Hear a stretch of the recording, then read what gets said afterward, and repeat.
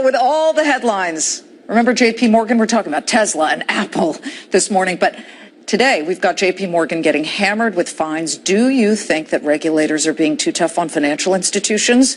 Well, at least one senator does not think so at all. She sent a letter to regulators urging them to be more aggressive. Peter Barnes in Washington, D.C. with the story of the senator who says she's sticking up for the consumer here.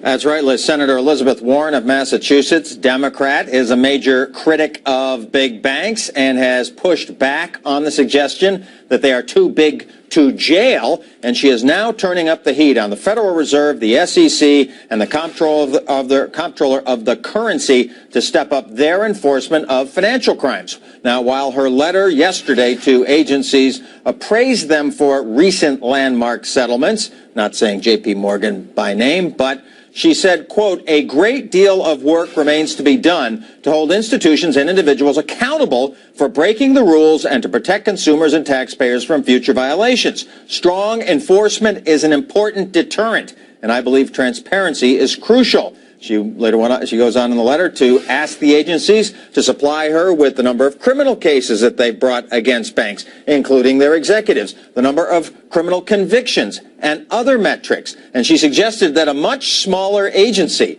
has done a better job of criminal and civil enforcement with a small budget, the Special Inspector General of the TARP program, the $700 billion bank bailout from 2008. She noted it brought criminal charges against 144 individuals, including 92 senior officers. Now, as far as response, the Federal Reserve says that it got the letter and plans to respond. The SEC and the OCC declined to comment. Liz? Well, she has said she's been on the side of the consumer and fighting for them, and that's what her constituents wanted. We hear that a lot from senators and from congresspeople now. I'm doing what my constituents want. Peter, thank you very much.